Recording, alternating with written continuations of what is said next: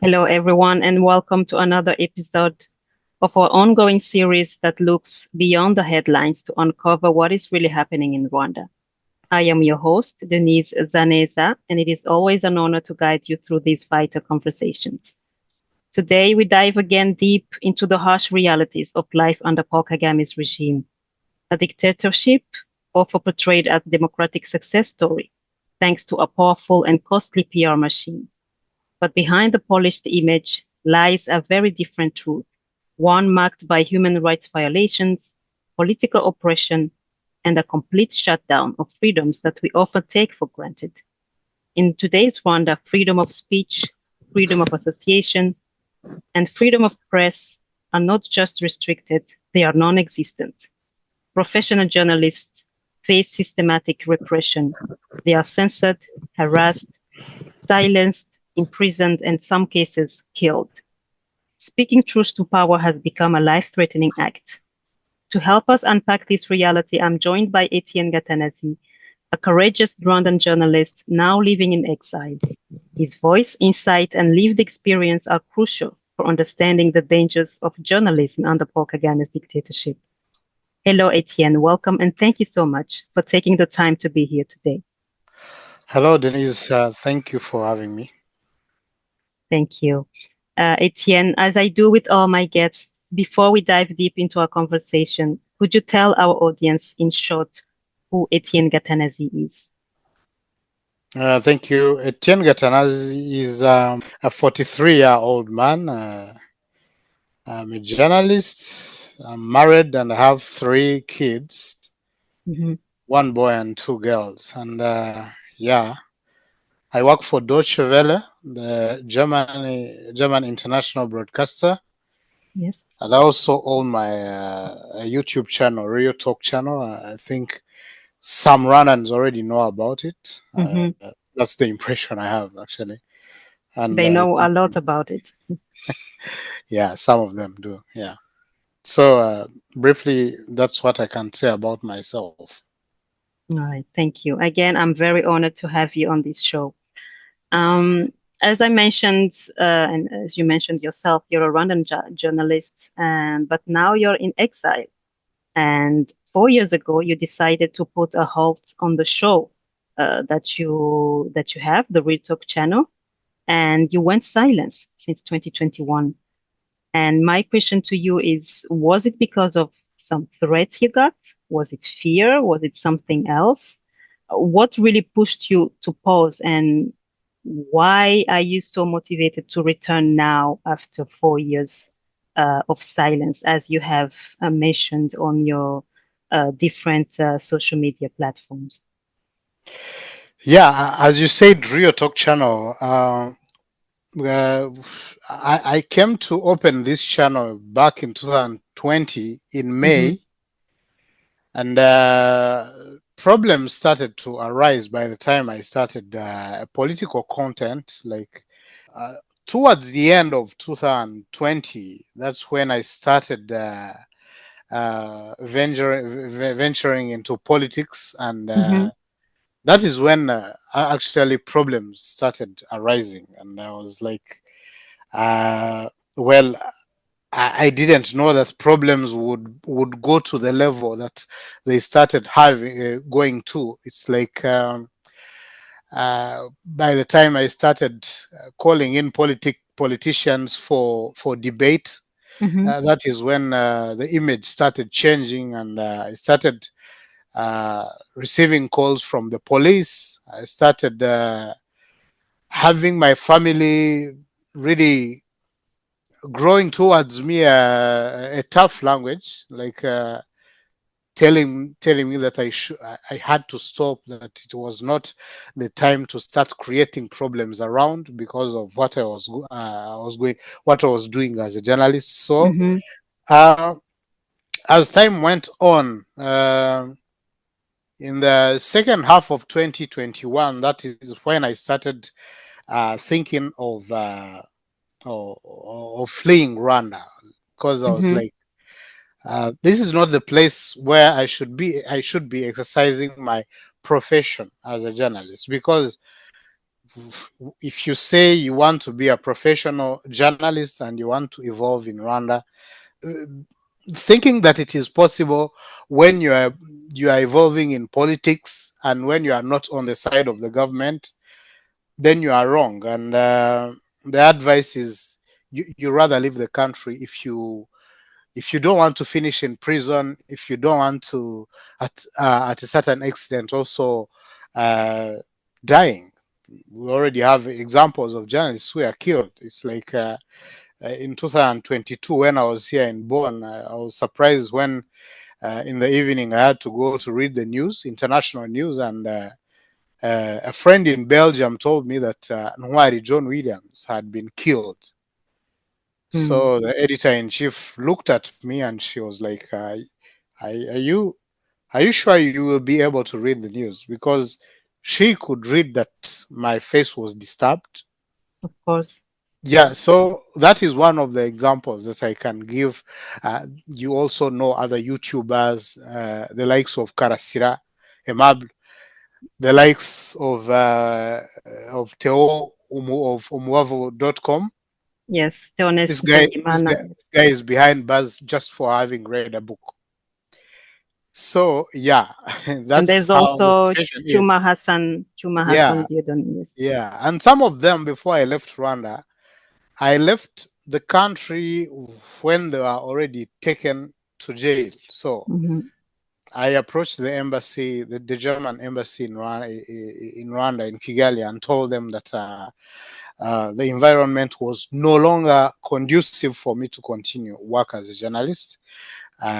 So that is when, as you are asking, if there are threats or anything else, those are the reasons that pushed me to leave my country and to leave my family, because they joined me here in Bonn 3 years after I had left the country. So, in brief, that is what I can tell your listeners. Well, that is so terrible. I mean, a lot of people outside of Rwanda don't know much of how the government operates, the government of Rwanda. And as you mentioned, as long as you touch subjects that are very sensitive to the government, then you are harassed, you are followed, you might face jail, or even worse, like Mwari John Williams get killed. So it is terrible. And you mentioned that now you are in Germany and your family has been able to join you, and I suppose that is the reason why now you can talk freely, since you were not able to talk when they were still in Rwanda. We all know that from the moment you speak, even if you're outside of Rwanda, they go after your family. Is that the case for you as well? Yeah, because by the time I was here, I had many calls and most of the times, messages like on social networks, wherever I could post something, people could come without even considering what I had posted. They would rather ask why Real Talk went silent. Mm-hmm. My channel, my Real Talk channel. I could not dare try anything on YouTube again, as long as my family was still in Kigali, because it would be exposing them to all sorts of danger. So, Yes. uh, as someone who knows how the country operates and how things do sometimes do unfold, uh, not in favor of some people like me, like other journalists, I had to keep quiet because I know how things operate, how the government operates. That is why even on the rankings of Reporters Without Borders, instead of us evolving positively, we are rather regressing. So Mm-hmm. it is a Yes, yes. pity. Those are some of the reasons that pushed me to keep quiet for 4 years, for 4 good years.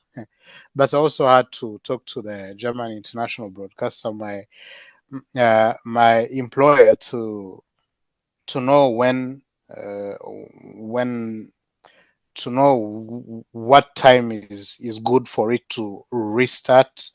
If there are things that I have to abide by, yeah, everything. If there is no Conflict uh, of interest. Yeah. conflict of interest and everything, so all of that were things that I had to take into consideration. So yeah, but Mm.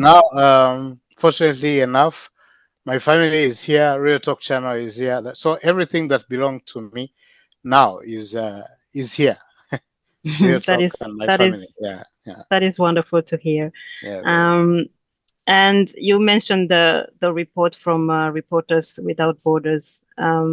What you're saying really reflects in reports as that one, such as that one, the fact that Rwanda remains one of the most repressive environments for journalists, where independent media is virtually non-existent and state control dominates.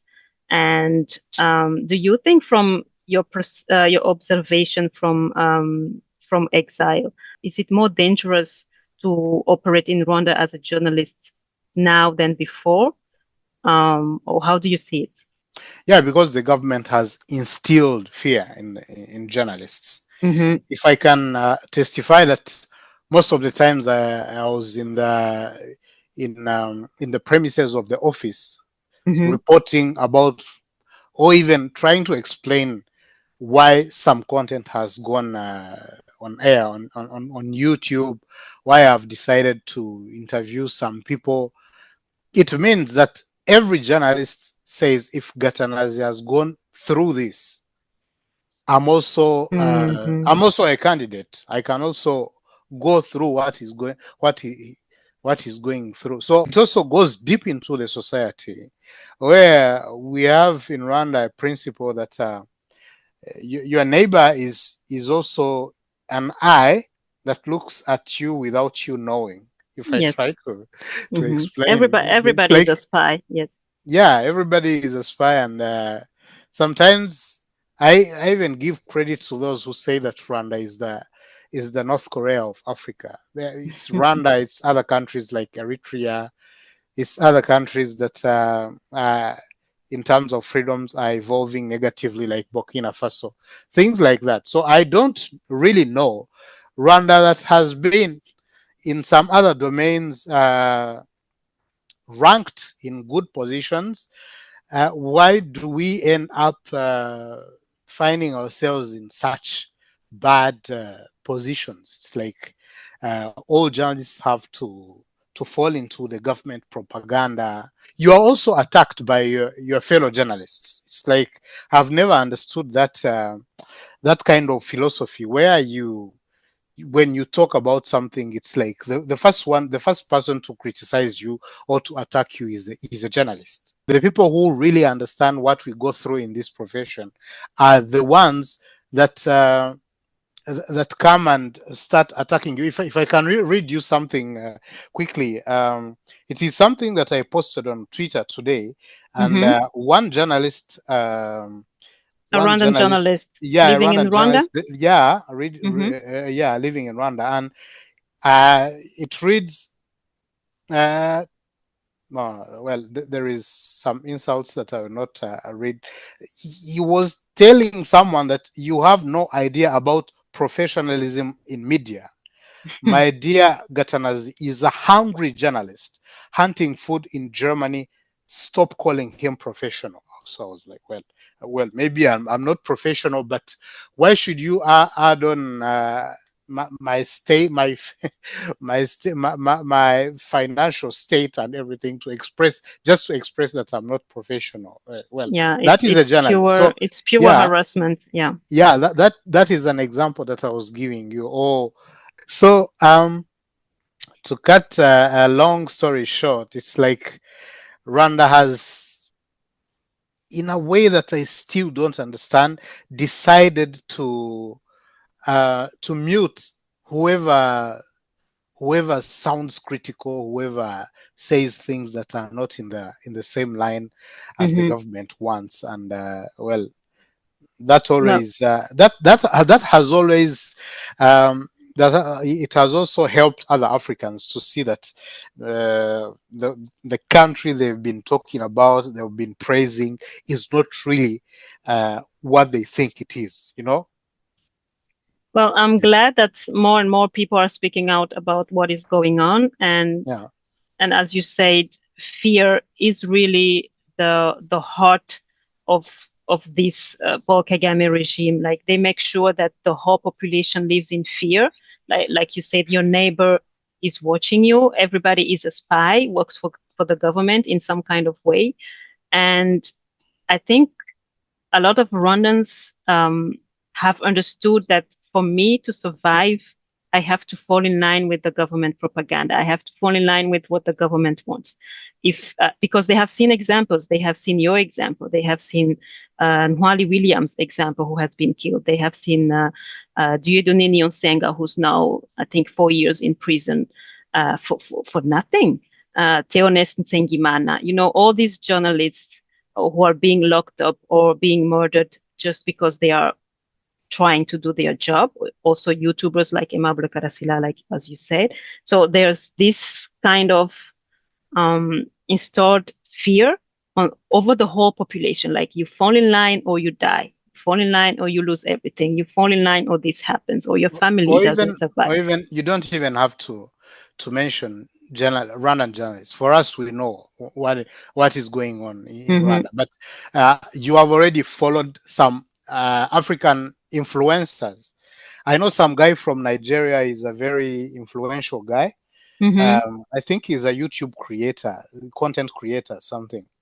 It's like 2 years now. He went to Rwanda and came out with a conclusion that Rwanda looks good, but when you look at people, it's as if they have some fear of something, mm-hmm. Yes. something that you will not be able to to explain, but you can see that people fear to come close to you, to talk to you.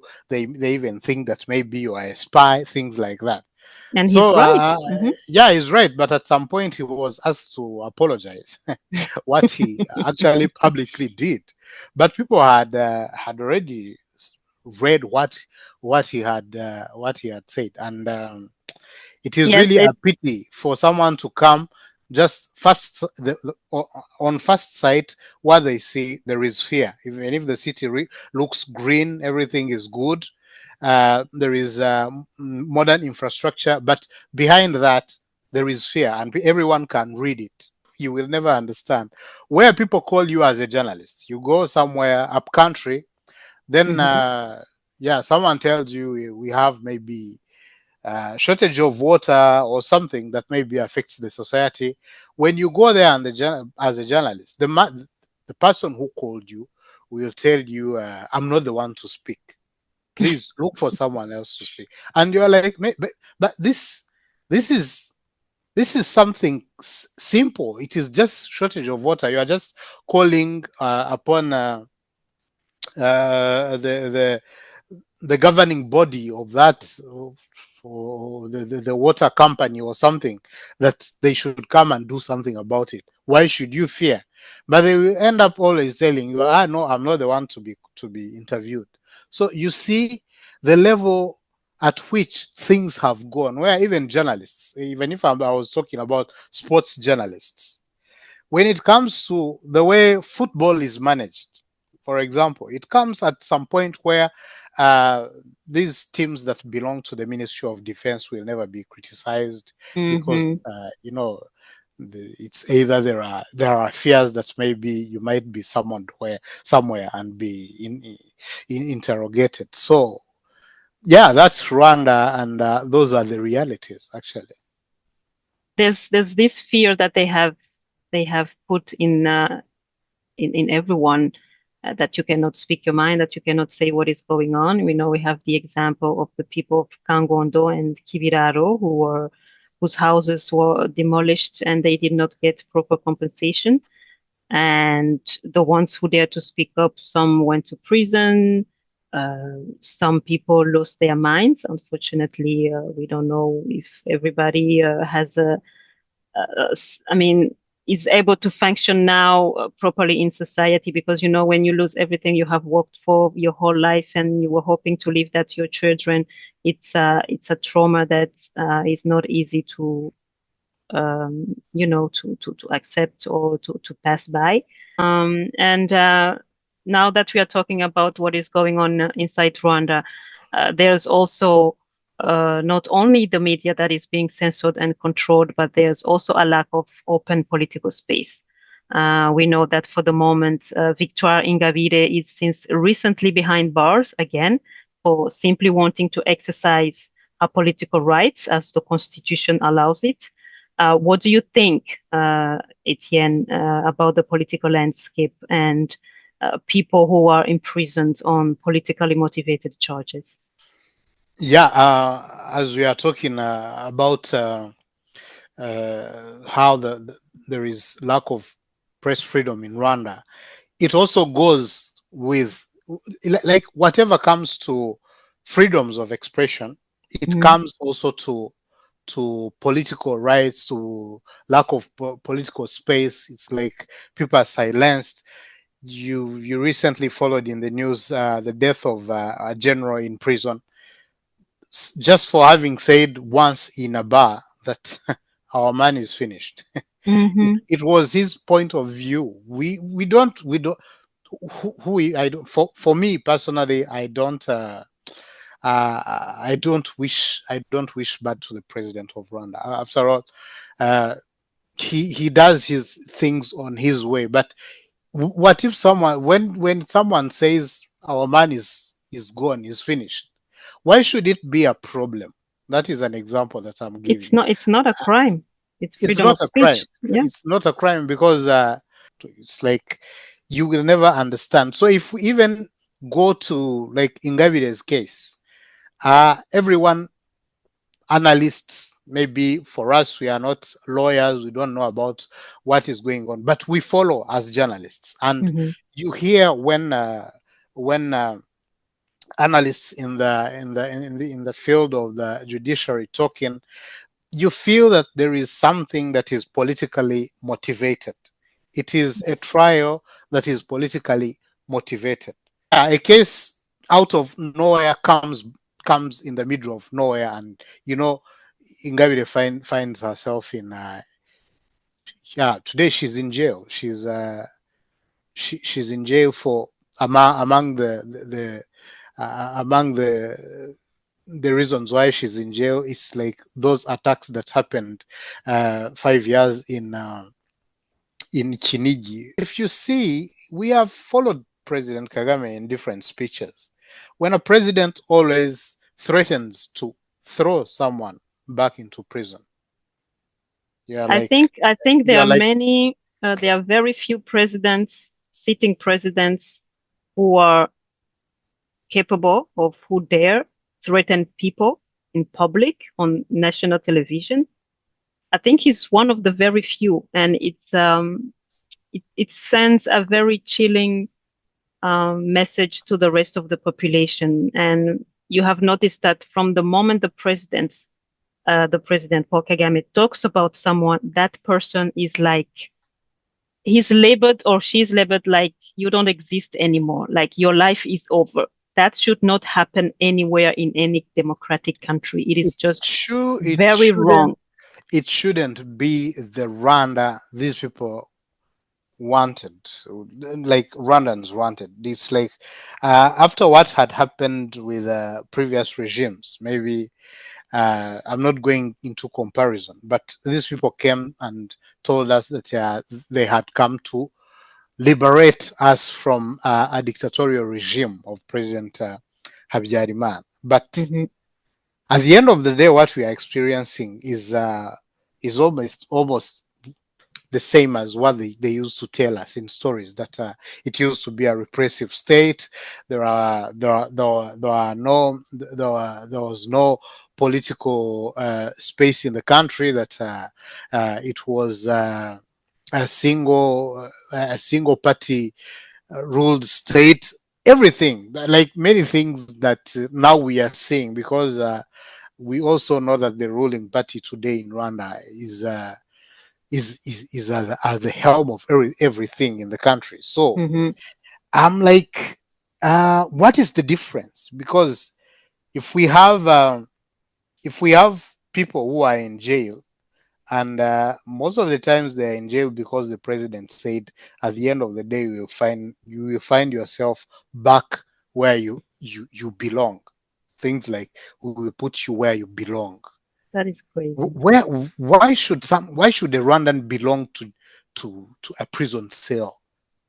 The current system, the system that we have today in Rwanda, missed an opportunity of bringing together Rwandans uh, instead of creating divisions among them. Because Mm, what do you think, for example, the followers of Ingabire Victoire think of the regime? Some of them have disappeared, others have been killed. What yes. do you think that part of the Rwandan population thinks about the? What do you think the followers or the people who loved the gospel singer Kizito Migo think about the government? We have we are seeing a regime that missed a chance of reconciling Rwandans after a genocide, after other bad historical Mm-hmm. episodes in our country. Yes, Yeah. yes. Rwanda is increasingly isolated regionally, and as we all know by now, despite a very long time of denying it, clearly Rwanda is largely responsible for the instability in the region, especially in the Eastern DRC. From your point of view as a journalist, how do Kagame's foreign policies and his regime's actions affect stability in the region? Yeah. Our foreign policy also has been something that stayed enigmatic to me, like since 1994 Mm-hmm, uh, till now. We are still we are still facing something I don't understand. It's like Rwanda always has a problem with a neighbor. Uh, we have decided that you know minerals in the Congo will be illegally taken, will be mm-hmm, illegally exploited, mm-hmm, and for that the military have to cross the border, and for that, people will die. You know what is going on in the DRC. Reports have documented many deaths of Congolese, and also even if we talk about Congolese civilians, but they're also the Rwandan military. We have brothers there, we have sisters there. You have always had people. Uh, you have always had or seen families on social media saying, uh, mm-hmm. reporting of having lost a member of their family. So it's the way it affects the stability of the region is that um, we have always we have always is it a superiority complex or something I don't understand. Right now we have a conflict with Burundi for harboring people who tried a coup d'etat in 2015. There is a tension between Museveni and Kagame, and they find the first victims of these tensions are the poor Rwandan citizens. We have cut relations with France, and it goes with the language. What Mm-hmm. is that kind of what is that kind of thinking? Because I think after World War II, that is when World War One, that is when the Belgian colonizer entered, replacing the Germans. So Rwanda had lived back in 2006 when the diplomatic relations were cut with Paris. Mm-hmm. Rwanda had lived 100 years, more than 100 years, being a francophone, a French-speaking country. So out of nowhere, because there is a misunderstanding, maybe that brought about that kind of anger, it stops everything, starting with the language. You don't act like that. The language has nothing to do with the country. Yeah, You it's know? very lunatic behaviors, and Yeah. So I remember that some teachers had to give lessons in a language that they didn't master, that they didn't understand. So you can imagine what those kids were learning. I mean, you affect the whole population badly when you act like this just out of anger or frustration. And this is the way that, for me, I see that this is the way that the government has been acting in so many ways, on so different in so many areas, and it needs to stop. A country cannot be rude on someone's character or someone's feelings or someone's frustrations. This is not a way to lead a country. So thank you so much. it can't rely on someone. It Yeah, should rely exactly. on a political system, a Yeah. stable one. Yes, and strong institutions. Thank you so much for your insight on that. Like we said, the victims will always be the general population and not the people in power. That is very sad. So moving towards the end of our conversation, Etienne, since we don't have time on our hands, before we wrap up, we know there are some journalists in Rwanda who are not able to escape like you were able to. Some who have been jailed, silenced, or killed, as we mentioned. What would you say to those who can't get out right now? And what would you say to the regime of Paul Kagame that continues to suppress them and their work? Yeah, there are many journalists who are there, maybe who are not officially in prison, but who are silenced, who live in fear. Most of them have decided to just to change their domain of work and maybe switch to something else, to sports, to entertainment, to things like that. That things that will not put them into danger. So what I could say is sometimes I even feel like I'm still in Rwanda working from there, because I follow day in, day out what my colleagues go through and how they do their things. So it is too much prudence in Rwanda to be able to work. So it is a thought. But what I can say is, dear colleagues, if it is not possible to keep maybe in the political lane, you can there is a way of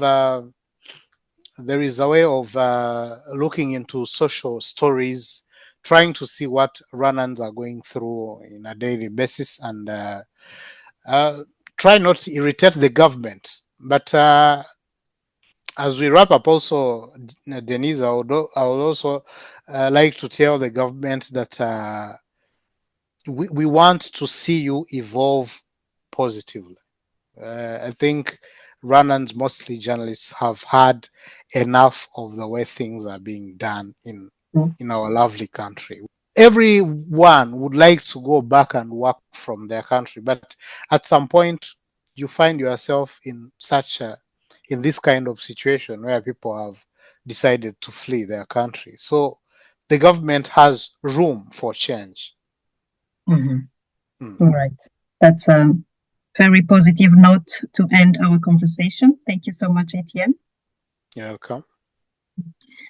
Thank you all who joined us today. And again, a special thank you to our remarkable guest, Etienne Gatanazi, for offering not only his insights, but also his bravery and powerful personal testimony. These are difficult but essential conversations. They remind us that for every voice that is silenced, many more are listening, many are standing up and striving for change.